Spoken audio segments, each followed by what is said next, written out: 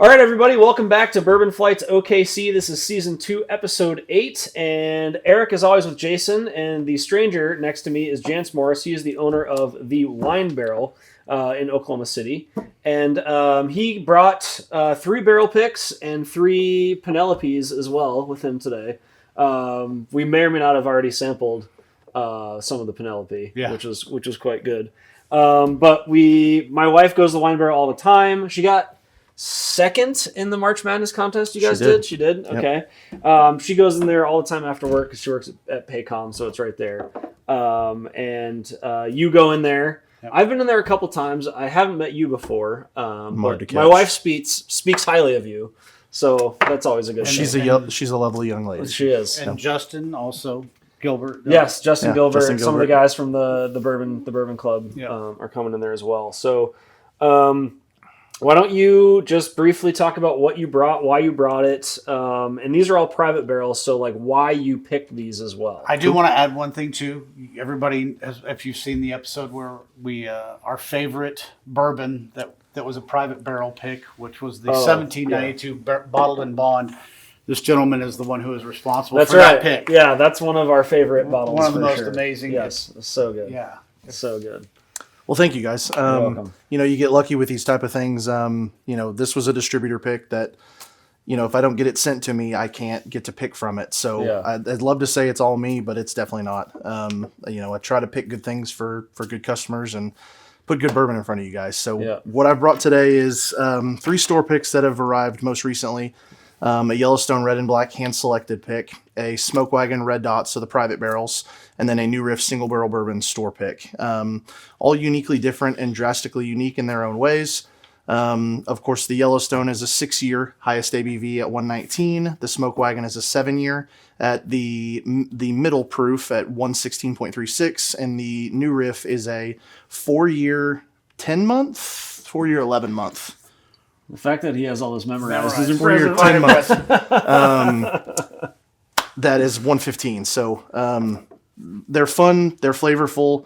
Of course, the thought process behind making good store picks is, or at least my thought process is, trying to say, hey, give customers a reason to want to come shop with me. What reason do you have to, or do you have to want to come to my store when there's 4 stores on the way to my store? Yeah. And I want to really get a chance to show off, the nuances of good flavor profiles and stores that care about the bourbon they put in front of their customers. And that's what I'm trying to strive for. Nice. So here's an interesting question that just popped into my head. So we always talk about how your favorite bourbon is your favorite bourbon, right? Everybody has opinions. Just because your opinion is different than my opinion doesn't mean that you're wrong or right, or I'm wrong or right.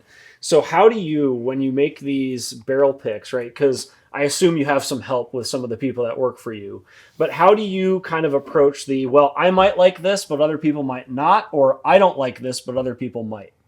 So that's a very good question. It happens in almost every scenario where we get sent store picks, not distributor picks, because we get a multitude of flavor profiles that we get to choose from.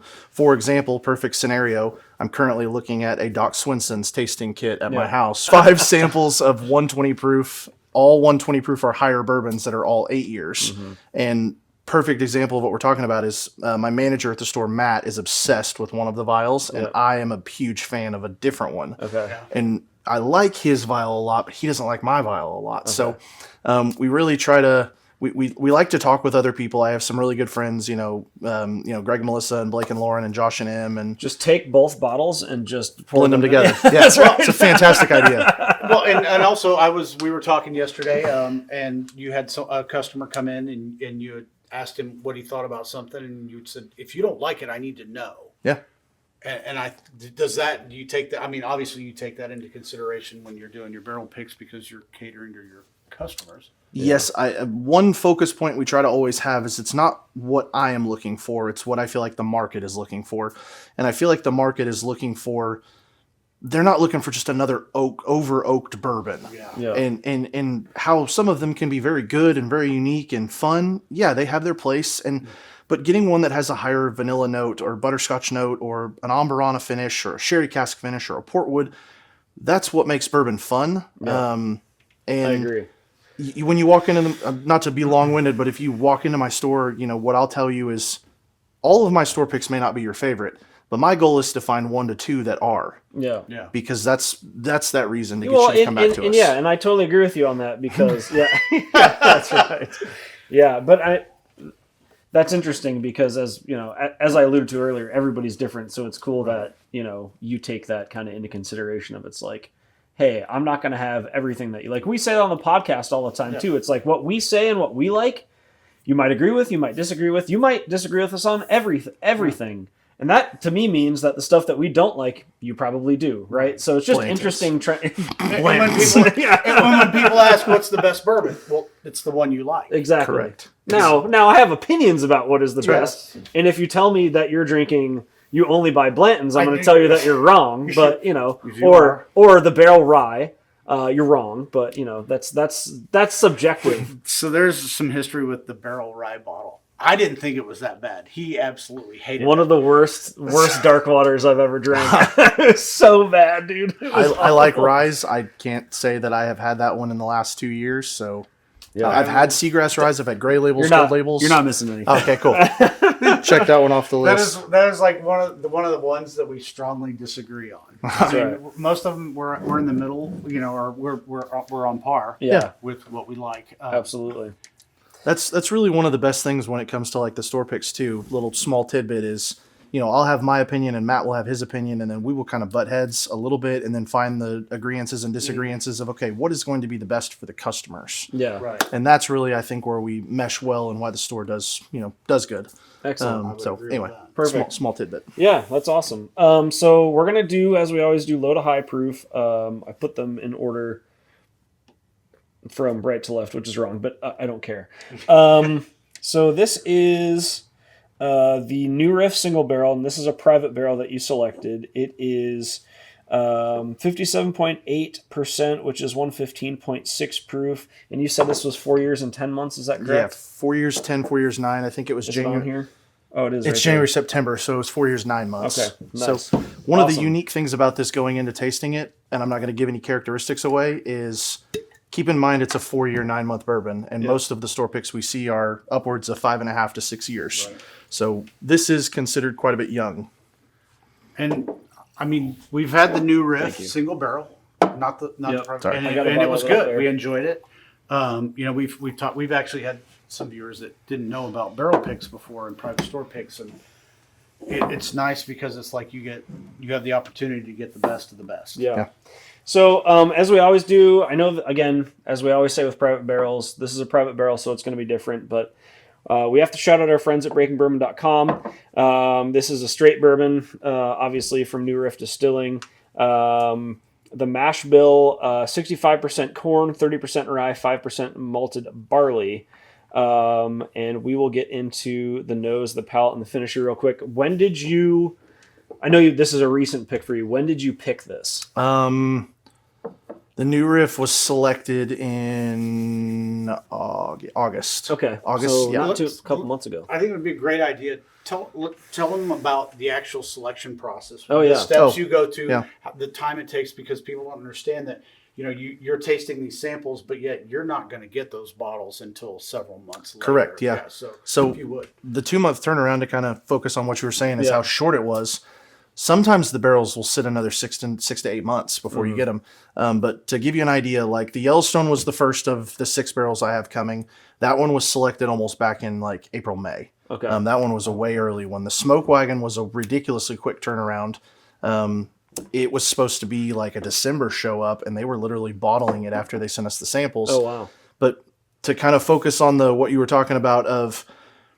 Distributors will send me sample kits and that's the 80-20 split of and what that's like those little tiny like 50 mLs that we get off Amazon. Yep. Like when you share a bottle with him or whatever, and he's not physically here. So they'll send those. He's always here, dude. Fair. I live right down the street. Whether I want him to be or not, he's always. No, I'm just kidding.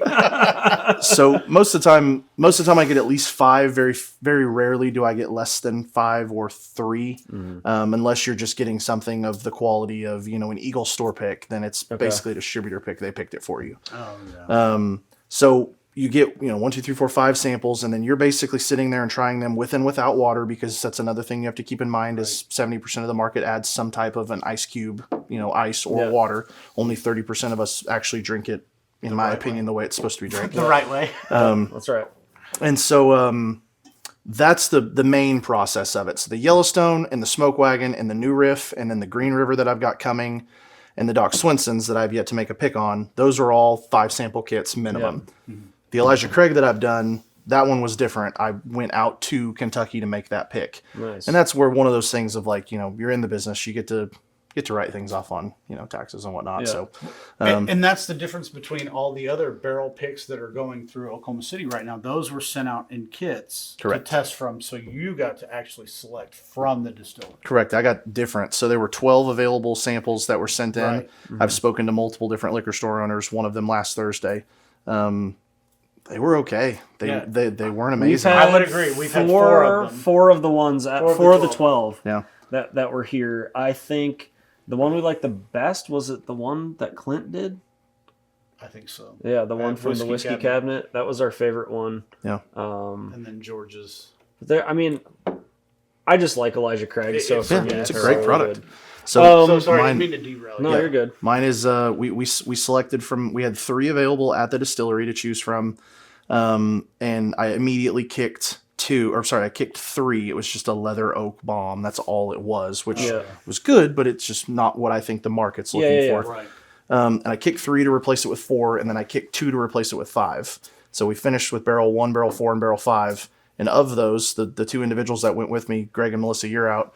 Greg liked barrel 3 the most, and Melissa liked barrel 1 the most, and I went with barrel 4. And if I remember correctly, there was absolutely no agreement on that. no, 0.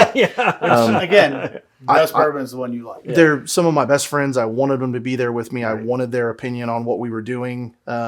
Unfortunately, the young lady that was doing the store pick event was 22 and was not an avid whiskey person yet. So I didn't have that 4th person to kind of bounce off It's like of. everyone at Oklahoma City Whiskey Fest that knew absolutely nothing about what they were doing. Right. So I don't know if you saw our video on that, but I did not. No, not yet. yeah, I've been slacking a little bit. Allocation you're sale fine. last week. You're so fine. No, you're good. Yeah, don't go if it comes back next year. fair. It was It like was college terrible. kids Have you putting on a horrible rave. Have you seen that thing about Whiskey Riot that's coming? So I have seen it, but now I'm like I have like a bad taste in my mouth when it comes to like these whiskey festivals because it was so bad. Poorly done. Basically, it was like somebody ran to Byron's, bought a bunch of cases of regular stuff you can get off the shelf, laid on table. Hired just random bartenders. We asked one lady, "Do you know anything about this?" And which one was it? There was the Uncle Nearest, the 1856. And she goes, Black "Oh, Label, I was yeah. literally hired this morning. I don't know anything about it." It's like, oh, that's great. Stuff. Yeah. The only thing I don't know anything about Whiskey Riot yet. I've just been kind of deciding if I want to go. I want to look at the distilleries to see who's going to be there.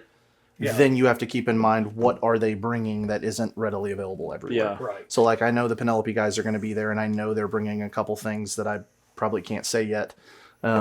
So like that one's one that interests me a lot. Yeah, I mean the XO guy was there, and he was easily the most knowledgeable, and that was interesting how they do their staves and stuff. But and then of course the Hokertown distillery showed up, and then the old what's that Wanderlust out of Guthrie with same old noses. Wonderful and same old Moses. Yeah, wonderful. That's it. Should we get into this? Let's go. Let's do it. Smells like bourbon. It's not. I agree. I agree. No, it's not ethanol-y. It's got the good 3, right? The vanilla, the oak, the caramel. Mm-hmm.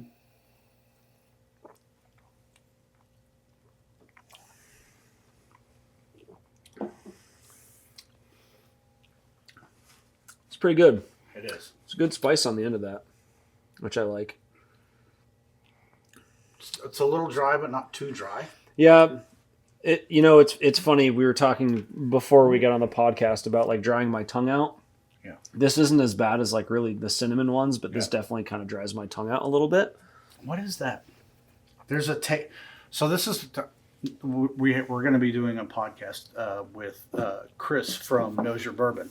He does bourbon nosing kits to train your palate. And it's like he was talking about how when he started on his bourbon journey, we were talking to him about he was identifying tastes and smells, but he didn't have any reference for what they were. Yeah. And there's something on the back end on this that it's good, and it hangs on, but I don't know how to place it. I can't. Yeah. Is it toffee? That may be it. See, here we go. Then that's something. It's the power of suggestion. The power of suggestion. So like, Could not be. Yeah. now that it's sat in my mouth for a little bit, like I'm definitely, because you mentioned kind of earlier, like the brown sugar I'm getting for sure. Like just a little hint of I don't know if it's tobacco or leather. It's something old, something borrowed, something new, something old, something blue. Oh, that's good though. And that's, comparing it to the regular New Riff, it's very different. It is. And it's a lot better. It is. So the regular New Riff is good. It's almost. It's gonna bug you. It is because it's a warm. So this is also 7.5% higher, or 8.5% higher than the normal New Riff as well. Because the normal New Riff is 107, and that's, what is this, 115.6? Yeah. So, what Breaking Bourbon is saying, well, I mean, what do you, I mean, you kind of know the tasting notes. This is your pick. So do you want to give us the nose, the palate, and the finish? Yeah. I mean, to me, the nose is very light. There's almost like a minty kind of start to it, which is, not something that I pick up on tremendously. Yeah. What I pick up on big is the body of the brown sugar. And then on the end is, by description of the side of the bottle, they say fruits. I want to go a little bit more in depth, and I think it's raisins. I was just about to say, smell it again. It smells like raisins, and that's what it is. Yeah, I was really, really impressed with this one. I don't like raisins. You're insane. I'll get you some Blanton's. No, I don't get the raisins. I don't know. I do. Because to me, raisins have like a very distinct smell that I don't like. Like we've talked about this before, the little like summer, the box. where the little red box, like summer made or summer dried or whatever it was. Yeah, I hate that smell. When you open that, it smells like weird plastic to me. I don't like it. So I don't get that on here. I like the way it smells. Because I have two kids, and they're 9 and 10, and we do raisins, and that is exactly. I think it's money. raisin. I agree. Now, as we talked about before, I taste raisin, he tastes raisin, you don't taste raisin. I don't. You're not wrong. No. Your palate's picking something up different. Yeah. So Breaking Bourbon. You don't have to make him feel better about himself. He's wrong. So Breaking Bourbon got the rice spice. So this is the nose: rice spice, aged leather, cinnamon syrup, candied berries, potentially raisins. The palate: sharp rice spice. Definitely agree. Summer fruits, which to me, summer fruits would be like a lighter fruit. I think if there's fruit in here that I'm tasting, it's a darker fruit. Yeah. Not raisins, because I don't like raisins, but maybe like a little dark cherry in there. Clove, peppercorn. I definitely get the peppercorn. Oak, obviously. The brown sugar for sure. Maple syrup. And then on the finish, they're talking about muddled dark berries, which is kind of where I was going as opposed to summer fruits. Aged oak, leather, tobacco leaf, cigar box, cinnamon and rice spice. So for me, I think that is what I'm getting on my tongue, is that cinnamon. Mm-hmm. And I don't know if it's just me, but like for me, it dries my tongue out a little bit, and it's the same thing that happens when I chew Big Red gum. And I don't like that. Everybody's had that Big Red gum that you left in your mouth too long. Right. You know what I mean? And it's not. Trust me, I've had way worse, and there's just a little hint of it that dries my tongue out a little bit, and to me, I just don't like that aspect in a bourbon. Are you getting that at all? Yes, I get the dry, but I don't think it's too dry. Sorry. No, you're good. I don't. I get the dryness. I mean, I'm also a wine fan as well, so I kind of hunt for that dry. Oh, I love dry wines. Okay, so.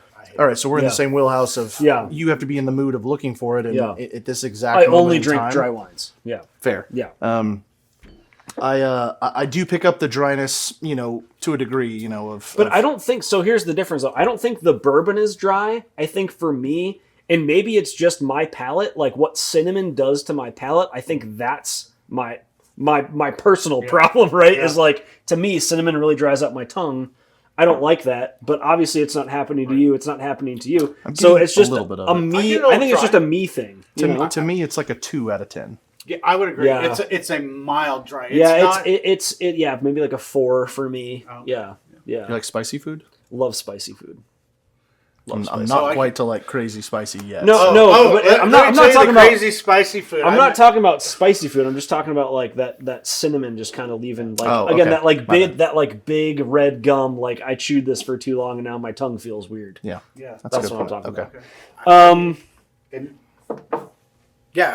For me, I don't like when some of them are real oily and it stays on. And this is like, it's a dry, but it's like, it evaporates. It's more like it evaporates a little quicker than you would think.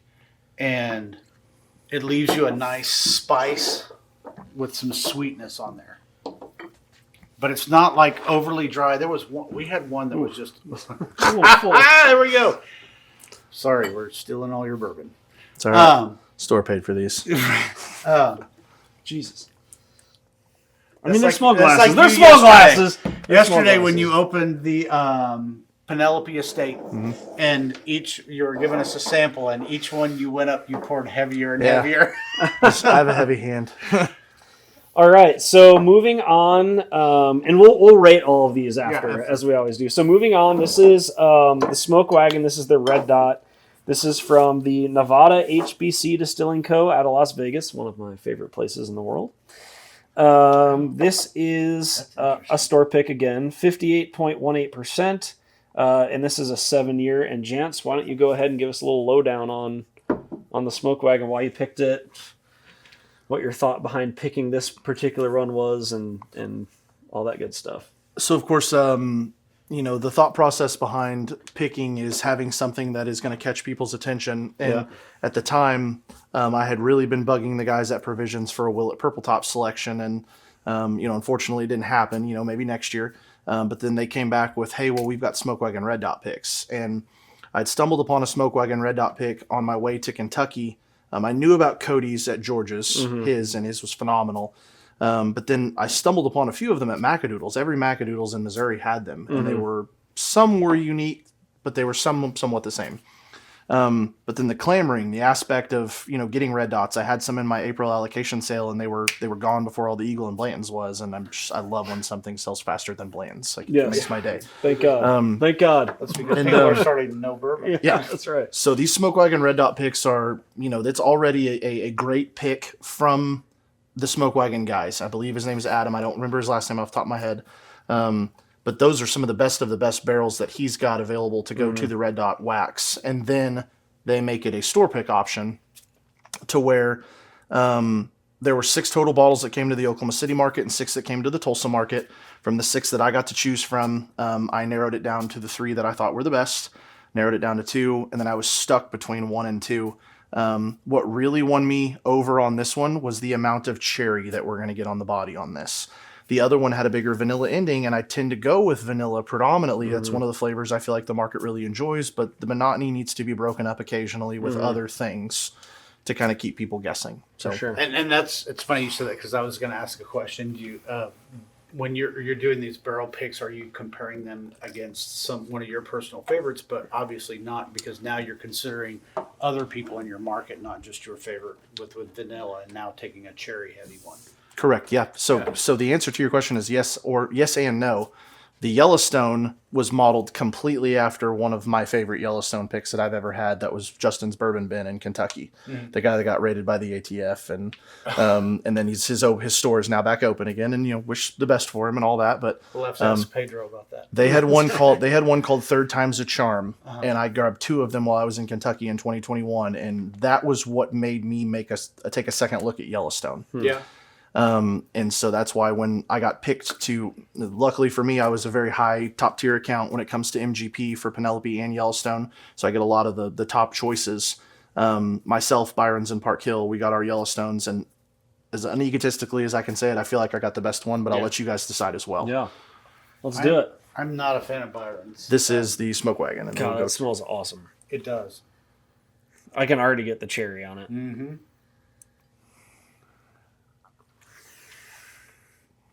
These tiny glasses make me feel like a giant. How big your hands are. Yeah. You know what it reminds me of? I make this French toast where it's like a balsamic strawberry glaze that I put like put strawberries and balsamic and sugar and stuff and put it in a pot for like 5 minutes, heat it up, and then pour it over the French toast. It would be interesting to do that with cherries, and if I feel like I did that, that's what that would taste like to me. Yeah. Like not that there's balsamic in here, but I'm getting that kind of like spicy, like dark cherry, because you got the rye spice in there and you got the cherries. It's not your regular red cherries you get for the kids. No, it's more like the Luxardo, yeah, maraschino cherries or something. It's a real rich dark cherry. That is good. That is delicious. So the breakdown for what I talk with people about at the store on this one is it has the tiniest bit of an ethanol bite to it at the beginning that is there, but it's tiny. Yeah, I don't really get that. And I then, got it on the nose. Yeah, it's on the nose for me. Yeah. It's got a little bit of a cinnamon residual at the beginning, and then it rolls into this big cherry body, like what you were talking about, the cherry flavor profile. Yeah. And then it has almost this, and this one took me a while to pick up on. I actually spent close to 2 days with a buddy of mine, Blake Gordon, and was like, what is this last note? And we could not figure it out. And finally, he and his wife Lauren kind of said like an orangey, like marmalade, and that's when it kind of hit me that it was an orange citrus that was kind of on the back end. like a chutney or a marmalade. You're right. Yeah. Totally. So, it's a fun one. It is. So Breaking Bourbon. This is not a red.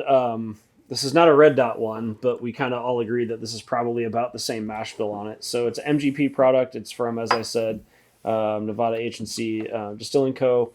The age is NAS. I don't think it has an age statement on the bottle, does it? It is a 7-year. Oh yeah, 7 year. It does. You're right. 60% corn, 36% rye, 4% malted barley. On the nose, caramel, honey, vanilla. Pretty standard stuff, right? Right. And again, this is just the regular one, so it's not the red dot. Right. Toffee, nutmeg, light oak, tobacco, vanilla, caramel. I feel like they're hitting all the categories. Yeah, they're hitting all the normal stuff. Statement. I don't get a lot of I get the light oak. I don't get the tobacco. This is so what's interesting to me, and this is why I like reading this. I get the light because oak. This is so different from what clearly a regular non-private barrel one would be. Like this is.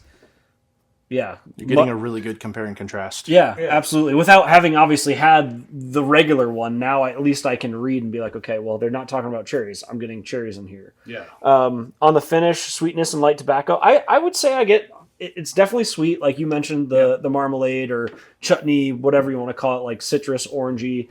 But I do get some tobacco in there, I think. I get leather is what.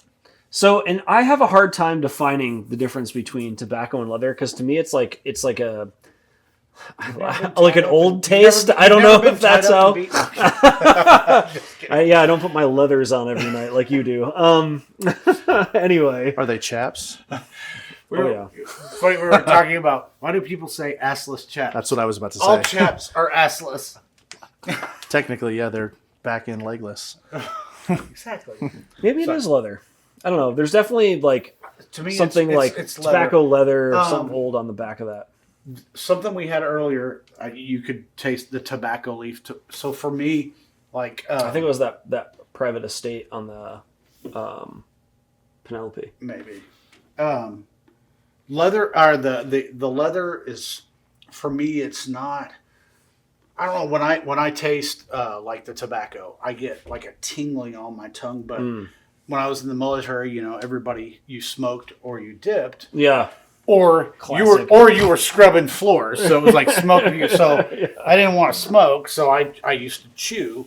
And the one thing I never could do was the Skull, Copenhagen, things like that. And if I smell it, I would vomit and stuff. But yeah, I can't remember where I was going with that. Tobacco. Anyway.